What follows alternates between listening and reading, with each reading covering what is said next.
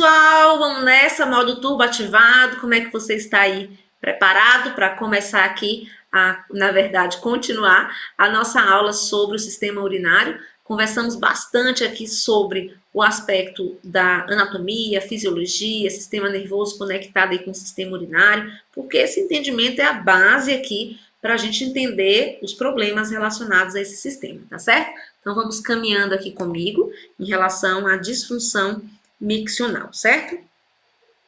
Então, com relação aqui à disfunção da micção no adulto, eu vou ter a divisão das causas, né? Distúrbios do sistema nervoso, que a gente chama de neurogênicos, e distúrbios aqui não neurogênicos. Dentro dos exemplos dos distúrbios neurogênicos, eu tenho o AVC, o diabetes, mas professor, o diabetes, sim, o diabetes, gente, ele vai ali descompensado, aumentando os níveis glicêmicos, e a glicemia alta, ela vai gerar radicais livres, né? A sua quebra aqui vai gerar radicais livres. E esses radicais livres estão destruindo os nervos e vasos. Por isso que eu vou ter aqui os vasos no endotélio causando lesões e favorecendo a obstrução desses vasos, bem como eu vou ter aqui uma desautonomia, uma incapacidade de controlar aqui os nossos sistemas por conta de roer, né? Essa glicose radical livre sair roendo aí, de uma linguagem mais simples para a gente entender, esses nervos, tá certo? Então, diabetes aqui, o Brunner classificou como distúrbios neurogênicos, tá? Em relação aqui à incontinência promovida pelo diabetes, tá? Engasguei. Demências, né? Como Alzheimer, Parkinson, esclerose múltipla, lesão medular, doença de Parkinson e doença degenerativa. As causas não neurogênicas tem aqui relacionada à incontinência de estresse, bexiga hiperativa, por motivo mesmo do músculo detrusor, né, conectado com a nossa inervação, e a retenção pós-operatória, que é uma das coisas que caem bastante em prova, né, e que tem muito a ver também com a nossa prática. Com relação às complicações, quando há disfunções miccionais, a gente acaba prejudicando o sistema renal, que é quem precisa ser preservado, né, para justamente não gerar aqui a necessidade de hemodiálise ou diálise peritoneal. Então, observe que eu tenho aqui como complicação comprometimento do sistema urinário superior. Tudo que eu quero em relação aqui ao meu sistema urinário é que a minha urina seja produzida e as minhas excretas sejam aqui, então, eliminadas, tá certo? Então, se eu tenho qualquer comprometimento no meu esvaziamento dessa bexiga, a urina retornando vai gerar essa hidronefrose, vai gerar essa infecção alta, né? E isso pode levar a insuficiência renal, certo? Esvaziamento incompleto crônico da bexiga, né, que é aqui a retenção crônica, leva a uma infecção urinária de repetição. Você trata com antibiótico e piora. Trata com antibiótico e volta, né? E o esvaziamento incompleto na bexiga devido à obstrução da saída da bexiga, acontece nos homens com hiperplasia prostática benigna ou por tumor mesmo, maligno, né? E que pode gerar essa hidronefrose, tá? Então aqui todas as informações são do Brunner, do Potter ou da Anvisa, né? São as referências utilizadas, tá? Quais são os fatores de risco para a incontinência? Porque o primeiro assunto que nós vamos aqui conversar dentro dessas disfunções é a incontinência, porque está em primeiro lugar de cobrança em prova com relação aí aos distúrbios urinários. E além do Brunner, a gente vai fazer uma conexão com o caderno de atenção básica do Ministério da Saúde sobre envelhecimento, onde está bem interessante lá essa informação, né, sobre a incontinência, tá? Então, dentro desses fatores de risco de maneira geral, a gente tem a gravidez, o parto aqui vaginal, né, isso traz correlação, por exemplo, as questões botam assim, uma idosa com 4 partos, né, para poder trazer incontinência. No último clinicando que eu fiz com os imparáveis, último não, já tem um tempo, sobre saúde do idoso, foi exatamente o mesmo caso de incontinência urinária, na prova discursiva de saúde do idoso, de uma residência, e perguntou exatamente sobre vários aspectos dessa incontinência, que tipo de incontinência era, da mulher idosa e tal, e ela tinha 4 partos na história dela lá, tá? A episiotomia também é um fator de risco, a menopausa, porque a gente tem um adegalçamento pela falta do estrógeno aí no tecido urinário, e isso favorece essa incontinência, perde também o muco, vai ficando mais sem a lubrificação. Cirurgia geniturinária no passado, fraqueza dessa musculatura pélvica, né? E aí vai favorecendo a cistoceles. Uretra incompetente devido ao traumatismo ou relaxamento do esfíncter. Imobilidade, exercício de alto impacto. Quando eu estou acamada, a gente tem dificuldade de contrair o detrusor da forma que a gente, comparando aí quando a gente está sentado. E também a gente não tem aqui tão fácil, né, a questão do deslocamento para a urina, tudo isso vai dificultando. A questão do diabetes mellitus, a gente também vai ter como fator de risco, claro, se ele tiver aí descompensado. Acidente vascular cerebral, pelo próprio sistema que vocês perceberam comigo, eu preciso ter todo o envolvimento do sistema nervoso central, né, tanto do encéfalo quanto da medula, para que a micção aconteça. Vocês perceberam lá no bloco passado. Então, eu preciso, né, que isso esteja tudo conectado. Se eu tenho uma lesão cerebral, pode gerar aí também a incontinência. Alterações do trato urinário relacionado com a idade, como eu falei. Isso aqui, gente, eu peguei uma parte só para falar da incontinência e envelhecimento. Vai ser aí logo depois. Porque ele não é esperado, assim, todos os idosos vão ter incontinência, não, certo? Não é assim que acontece. Mas a fisiologia, né, do envelhecimento normal favorece essa incontinência, mas não deve ser tratada como uma coisa esperada e normal. Pelo contrário, a gente tem que investigar a causa, porque existem uma série de causas temporárias que a gente pode tratar, e causas aqui crônicas também, causas que não tem tratamento na base, mas que tem como melhorar a qualidade de vida desse idoso. Então, tem que ser levado em consideração, até porque a incontinência urinária, ela traz correlação não só no impacto físico, né? Ela tem impacto emocional e social, porque o idoso, ou qualquer pessoa que tem incontinência, ele tem vergonha de sair, né? Porque ele está com cheiro de urina, ele acaba limitando a vida social dele. Então, a gente precisa buscar essa qualidade de vida investigando qual é a causa aqui para tratar, certo? Obesidade mórbida, transtornos cognitivos, demência, doença de Parkinson, e alguns medicamentos podem também favorecer a incontinência, como diuréticos, porque aí vai ter a produção aumentada de urina, sedativos, hipnóticos, vão estar conectados com a lentidão mesmo, né, no sistema urinário, até isso tem a ver no pós-operatório acontecer aqui, a retenção urinária tem a ver com o uso desses medicamentos também, e aqui, né, a questão dos opioides, que também vai favorecer a retenção urinária.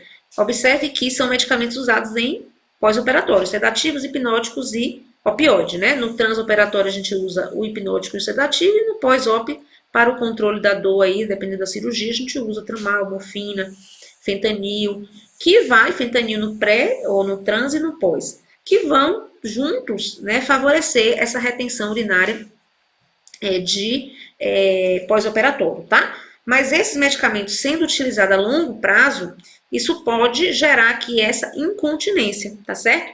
Até por mais sonolência, aí a pessoa fica mais lenta, demora mais para ir ao banheiro, então acaba também dificultando o ato miccional. A gente vai ver que algumas coisas, ela pode favorecer tanto a incontinência quanto a retenção, mas algumas causas são as mesmas, tá certo? Então, por exemplo, o diabetes a gente pode ter incontinência ou pode ter retenção.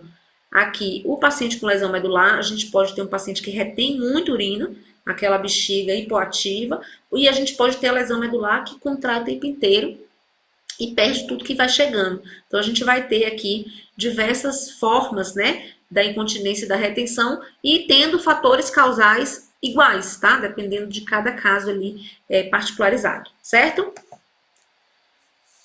Cuidador ou vaso sanitário não disponível, ou seja, a parte funcional da micção aí de chegar até o vaso pode estar prejudicada. Com relação a causas da incontinência, a gente vai dividir aqui em dois grupos, tá? A incontinência aguda e a incontinência crônica, certo? Aqui, essas referências do caderno 19. Nas causas agudas, eu vou ter causas endócrinas, então, por exemplo, uma síndrome hiperosmolar não cetótica, uma cetoacidose diabética, vão cursar com uma poliúria, e que pode aí dificultar, né, a questão da retenção urinária da pessoa, certo?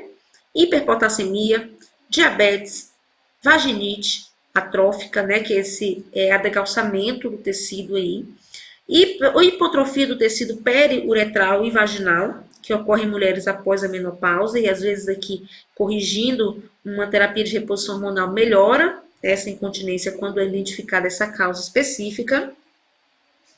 E aqui, além disso, a gente tem aí, além do adegalçamento da menopausa, a gente tem essa perda de muco, que eu falei para vocês, né? A perda do selo mucoso da uretra, irritação local, mucosa vaginal friável, com petequias e eritema. Tem causas, isso aqui tudo tem a ver com a menopausa, né? Os fatores que vão favorecer a incontinência na mulher aqui idosa. Causas psicológicas, como depressão muito profunda, onde a pessoa não levanta nem para ir no banheiro, né? E ideias delirantes. E causas farmacológicas, né? Como a gente falou, tem um monte de medicamento que vai influenciar na capacidade de prejudicar o controle urinário, certo? Aqui no Brunner ele trouxe diurético, sedativo, hipnótico e opioide, e aqui no CAB-19 ele trouxe mais medicamentos, né? Além dos diuréticos, ele trouxe anticolinérgicos, antidepressivos, antipsicóticos, agonista alfa-adrenérgico, antagonista alfa-adrenérgico, bloqueadores de cálcio, cafeína e álcool, né? Interferindo nessa incontinência. E causas infecciosas, onde a gente trata a infecção do trato urinário. E aí a gente trata, suspende a medicação, resolve essa causa aguda e o problema está resolvido, né? Dá um antibiótico para ITU. E as causas crônicas, gente, tem essa tabelinha que vocês aí que me acompanham há mais tempo já sabem que eu gosto muito dela, né? Inclusive, muito cobrada em prova. E o tempo inteiro a gente tem que estar recorrendo a essas informações, né, do caderno 19, que sintetiza para a gente, por meio dessa tabela, as causas de incontinências crônicas aqui. Então, eu tenho a incontinência de esforço, a de urgência, a de sobrefluxo e a funcional. São duas informações que eu quero que você grave, né?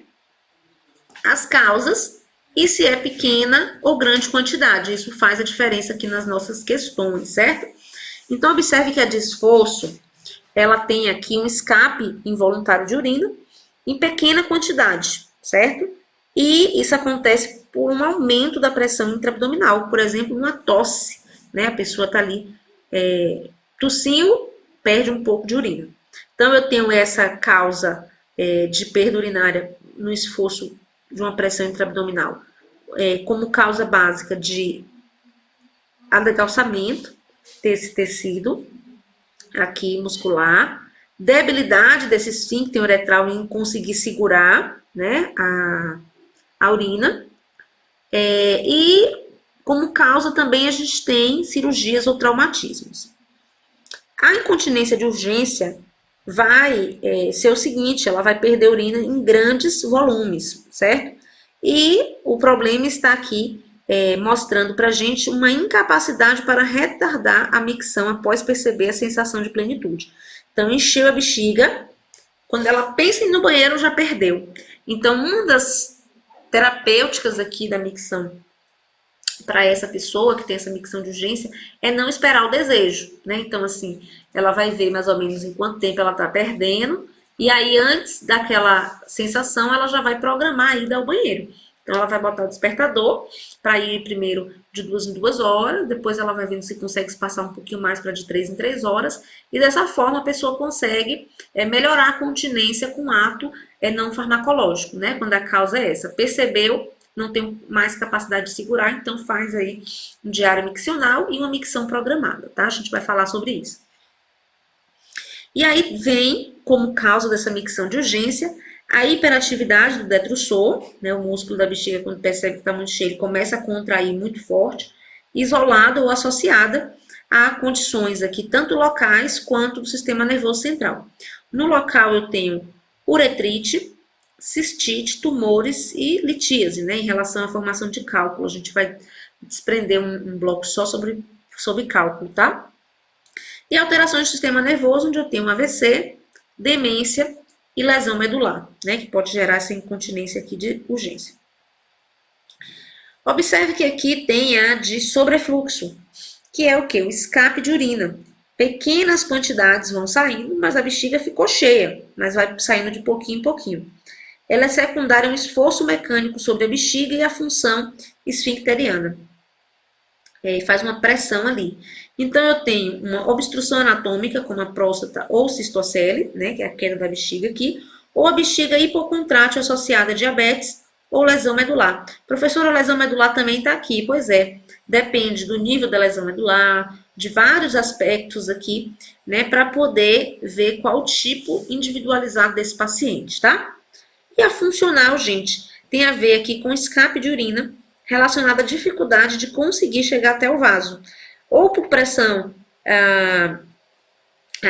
pressão não, por alteração da função cognitiva, né, ou física, a pessoa está ali contida, ou a pessoa não tem a cognição preservada, né, para poder segurar a urina na hora que a bexiga anuncia ali que vai urinar, falta de disposição psicológica ou barreira no próprio ambiente, né, então aqui o banheiro está lá em cima, no primeiro andar, e a pessoa tem dificuldade de subir escada, né, então tudo isso vai favorecer a incontinência funcional.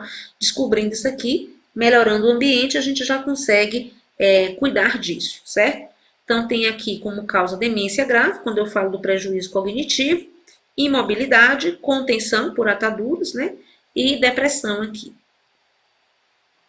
Aí a gente falou de incontinência aguda, né? No sentido de estar acontecendo ali por uma situação específica naquele momento.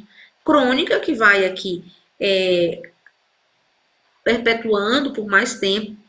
E o caderno 19 traz o termo aqui de transitória, que é como se fosse essa aguda, né?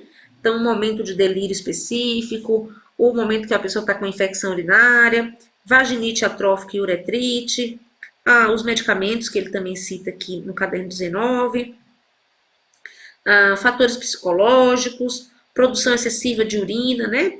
Ou porque tomou muito líquido, ou porque está com diabetes insípido, né? Ou seja, deficiência de ADH desse hormônio, vai gerar uma dificuldade de concentrar a urina, então vai sair muita água na urina, cetoacidose diabética, atividade restrita e impactação fecal, né? Obstrução fecal, ela também tem conexão aí com a incontinência, tá certo?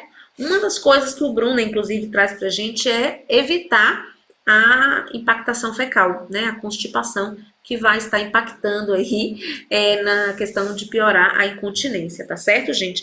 Outra coisa importante é que a gente tem visto a questão aí das síndromes geriátricas, né? Tem vários Is em relação às síndromes geriátricas, dentre eles a gente tem a incontinência urinária, que mais recentemente, até o professor Vitor conversando comigo esses dias, falou que tem abordado a incontinência esfincteriana, abordando tanto a urinária quanto a fecal, em relação aí à percepção e aumentar o olhar, não só para a incontinência urinária, que é um tema muito relevante de prova e também na vida prática do idoso, mas também atentar para a questão da incontinência fecal nessa população, tá?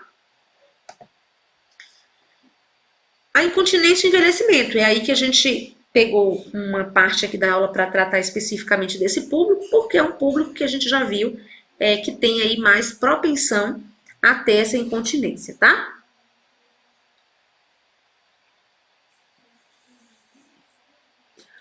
Vamos aqui observar então que não é uma consequência normal do envelhecimento, né? Todo idoso é incontinente, a gente não pode chegar a essa conclusão, tá certo?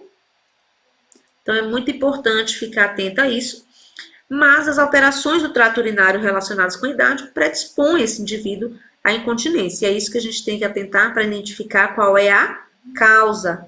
E a partir dessa causa, permitir ou melhorar a qualidade de vida quando não tem um tratamento definitivo, ou até tratar, né, se for só uma ITU, por exemplo. Repercussões, como eu já falei, incontinência não só física, mas emocional, social, porque dificulta a saída desse idoso, por exemplo. E investigar, então, essas causas reversíveis, que a gente acabou de colocar aqui. E perguntar para a idosa ou o idoso se ele perdeu urina, se sentiu molhado, porque as pessoas não falam sobre isso. As pessoas têm vergonha de dizer que está perdendo urina, né? Isso gera constrangimento, gera vergonha, então é preciso investigar antes da pessoa falar, tá? Então, com relação a parte de eliminação urinária, e aí a gente troca a literatura aqui para o Potter. Até agora a gente estava conversando sobre o caderno 19 e o Brunner, né? O Potter traz lá como se fosse uma sistematização da assistência de enfermagem, e aí a gente vai ter o seguinte, a coleta de dados trazendo para a gente verificar o padrão de eliminação, a capacidade de esvaziar a bexiga e o grau de incontinência. Monitorar o status mental do paciente e o seu conhecimento em relação à finalidade de uma sonda externa, caso tenha necessidade de usar, se ele pode fazer esse autocateterismo, né, se o cognitivo dele está preservado para isso. Essa parte que o Potter trouxe, eu achei muito interessante, principalmente porque eu vivi muito isso na prática, no SARA, que é investigar a alergia ao látex, né, a sonda vesical de demora de Foley, ela é de látex, certo? Então, aquela amarelinha. Então, se o paciente tem alergia a látex, eu tenho que usar a sonda de silicone, que é um pouquinho mais rígida, mas é necessário, ela também encosta menos e é mais cara. E aí o paciente, por exemplo, de mielomeningocele, que é um paciente que nasce com o sistema nervoso exteriorizado aí, porque não tem um fechamento satisfatório da parte óssea da medula, né, a gente chama espinha bífida, a parte óssea não ser fechada adequadamente, e mielomeningocele, mielo de medula, né, quando ela sai daquele espaço que está aberto ali na parte óssea da coluna. E aí esse pacientezinho, quando nasce, ele tem que ser submetido a um fechamento dessa mielomeningocele, né, uma neurocirurgia, e por exposição muito precoce aí a materiais cirúrgicos e tal, já predispõe a ter uma alergia ao látex. Então esse público a gente já configura quando chega na internação já alergia ao látex, mesmo que ele não refira aqui pra gente esse problema, e muitos deles realmente têm e acaba já trazendo. Então a gente vai usar a luva que não é de látex, vai usar a sonda que não é de látex, vai ter todo o cuidado especial com esse público, tá? Diário miccional, onde eu vou anotar, registrar aqui os horários que eu estou urinando, o horário que eu estou bebendo água, fazendo uma análise bem criteriosa, né, de tudo que eu estou fazendo relacionado aqui a minha função, tá? E não é a mesma coisa do balanço hídrico, professora, não. Balanço hídrico, eu vou aqui, tá trabalhando esse termo, para o profissional controlar a questão da ingesta, né, de líquidos, seja pela via oral, seja pela via endovenosa, como também as minhas eliminações e também as perdas insensíveis em relação ao suor. Isso tem a ver com o balanço hídrico, a gente vai, dentro do bloco de procedimentos, fazer um bloco só sobre isso, calcular direitinho. O diário miccional é alguma coisa que o paciente mesmo, né, uma coisa que o próprio paciente vai fazer. Então, ele vai anotar no papel os horários que ele urinou, os horários que ele perdeu urina, caso o paciente tenha aqui uma perda urinária, né, tenha uma incontinência, e aqui também anotar a quantidade de líquido que ele está ingerindo, para poder fazer uma anotação mais completinha, tá? Quando esse paciente está internado, e a gente está avaliando se esse paciente tem, minha canequinha ali no modo turbo, e a gente está avaliando se esse paciente tem aqui uma retenção urinária, esse diário miccional ele pode ser expandido. Então, o paciente vai lá no banheiro, urina, a gente mede, né, ou no papagaio ou na comadre, a quantidade que ele urinou, certo? O paciente pode sim, gente, levar, só para poder esclarecer, né, a comadre para o vaso e sentar em cima da comadre e urinar, só para ficar mais fisiológico, ao invés de fazer na cama. E a gente precisa pegar essa urina para medir o volume ali, e aí depois a gente vem com um aparelhinho que chama Bladder Scan, e a gente vai falar aqui sobre ele. Lá no SARA a gente usa muito o Bladder Scan, para ver o volume urinário que restou, tá? Então, para ver se está tendo volume residual. Então, diário miccional para o paciente internado, em relação aí a avaliar retenção urinária, a gente faz dessa forma. O paciente vai lá, urina, esvazia o máximo, depois a gente passa o bladder e vê quanto que está ficando de volume residual. Como eu já falei a vocês, menor que 50, a gente vai considerar normal esperado, tá? Beleza, diferenciamos aqui diário miccional de balanço hídrico. Tratamento dos distúrbios urinários, né? A parte comportamental, medidas não farmacológicas, envolvem aqui a mudança no ambiente, isso é muito importante. Então, facilitar o acesso ao banheiro, ou aqui o uso de coletor do lado do leito, para que a pessoa, por exemplo, idoso, não fique levantando muito para ir no banheiro à noite, tudo escuro, pode cair. Então, a queda é um dos fatores aí que pode inclusive aumentar a mortalidade, né, na população idosa. Então, facilitar a chegada ao banheiro e também, durante a noite, ter ali um dispositivo para facilitar esse esvaziamento. Micção programada, né, então eu vou ali programar de 2 em 2 horas ou de 3 em 3 horas o ato miccional, para evitar a perda urinária. Controle da ingesta, então a partir de tantas horas eu não vou mais beber água, para que a gente não tenha perda urinária à noite. Exercício de Kegel, ou bioestimulação, né, ou aqui também exercícios com cone, né, exercícios de maneira geral para fortalecimento do assoalho pélvico, e a gente vai trazer uma tabelinha bem legal que eu preparei com base no caderno 19, né, dessas técnicas aí de fortalecimento da musculatura do assoalho pélvico. Evitar cafeína e bebida alcoólica, que vão favorecer a incontinência, e tratar a obstipação intestinal, porque isso também favorece aqui a incontinência, tá? Então, aqui está o quadrinho que eu preparei para você, com base nas informações do caderno 19. Lá não está em forma de quadro, eu que sintetizei aqui. O exercício de Kegel, ele é muito cobrado em prova. Dentre os 3 aqui, é o top 1, né? Várias bancas gostam dele, né? Do exercício de Kegel, FGV, VUNESP, principalmente aí, cobra bastante isso, já vi FCC cobrando. Então, é um tema bem comum e muito cobrado, tá?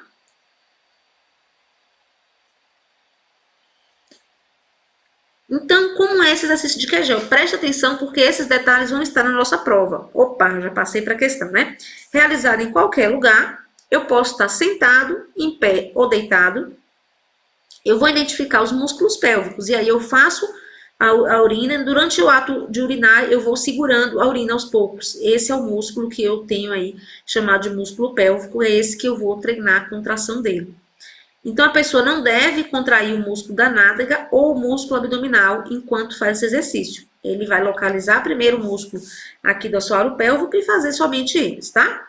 Então, observe que o caderno 19 traz essa orientação de quantidade e outros artigos trazem outros, mas o que cai em prova, né, pode variar de literatura.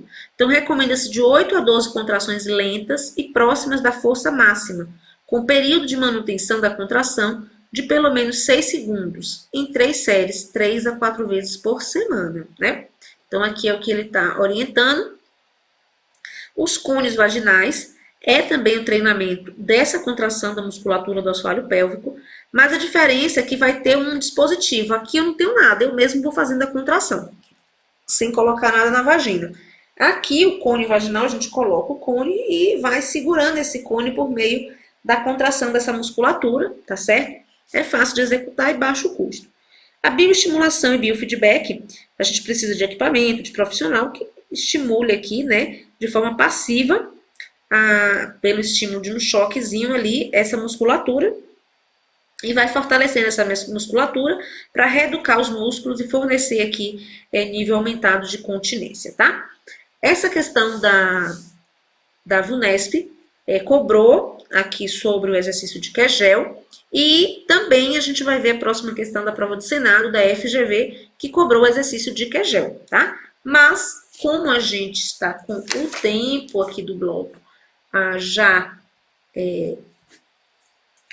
passado, né, já tem meia hora, nós vamos precisar fazer as questões aqui no próximo bloco, bem como a gente vai falar um pouquinho das medidas de assistência de enfermagem, medidas farmacológicas, sobre a incontinência, tá? Medicação, enfim, para entrar na temática na sequência em retenção urinária.